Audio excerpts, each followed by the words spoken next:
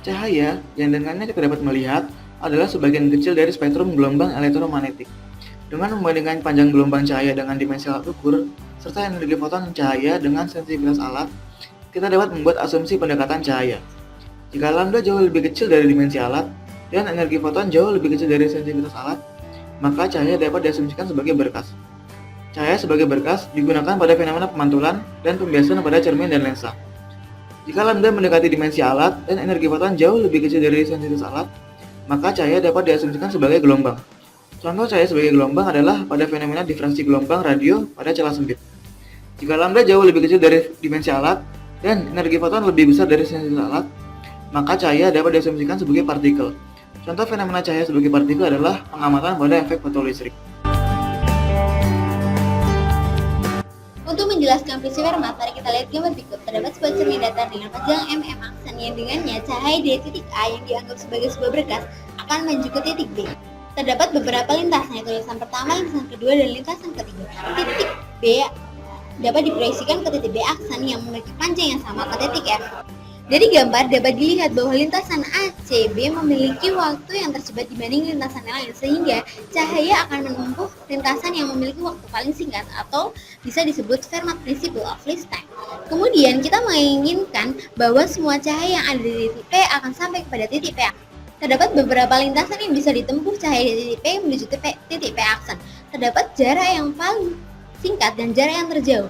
Oleh karena itu, kita membutuhkan suatu desain lensa yang dapat mentoleransi lintasan tercepat untuk mengimbangi lintasan terjauh, sehingga cahaya dari titik P akan datang bersama-sama atau memiliki waktu yang sama untuk tiba di titik P aksen. Jadi kita membutuhkan desain lensa cermin. Prinsip Fermat dapat digunakan untuk jenis variasi lensa dan cermin yang lainnya.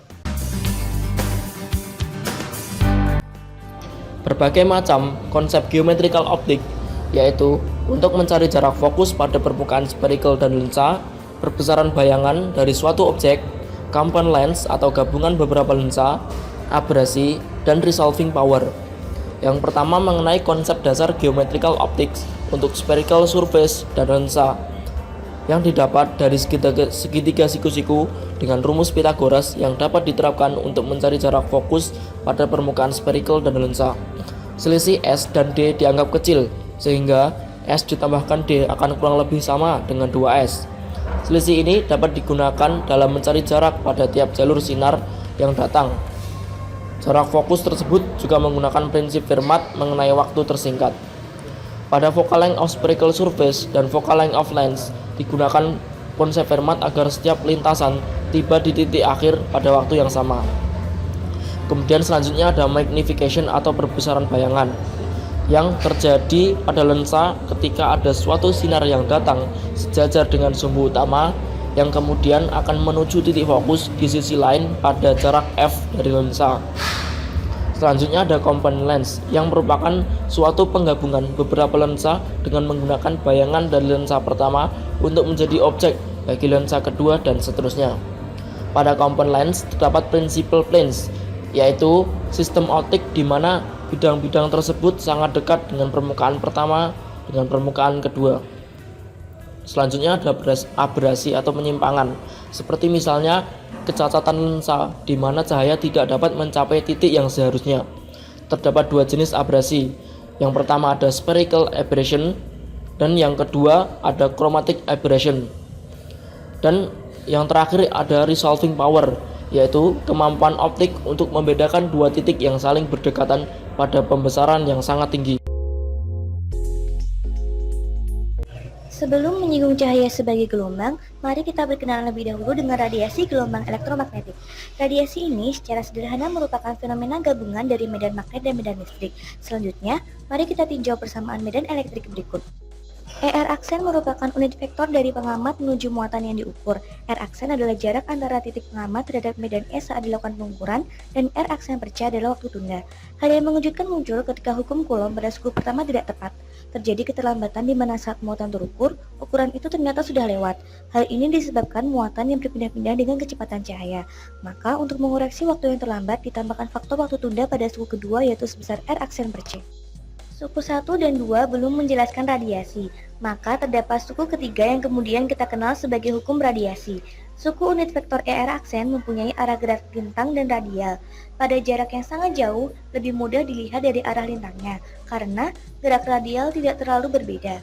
Untuk lebih sederhana, kita tinjau dari jarak yang kecil, karena pergerakan muatan pun akan relatif lambat. Perpindahan pada jarak konstan yang kecil, R, adalah xt. Maka untuk X per R mendekati 0, ER aksen akan sama dengan X per R dengan waktu tunda sebesar R per C. Interferensi adalah fenomena bertemunya dua gelombang radiasi pada suatu posisi. Fenomena interferensi terbagi menjadi dua, yaitu konstruktif dan destruktif.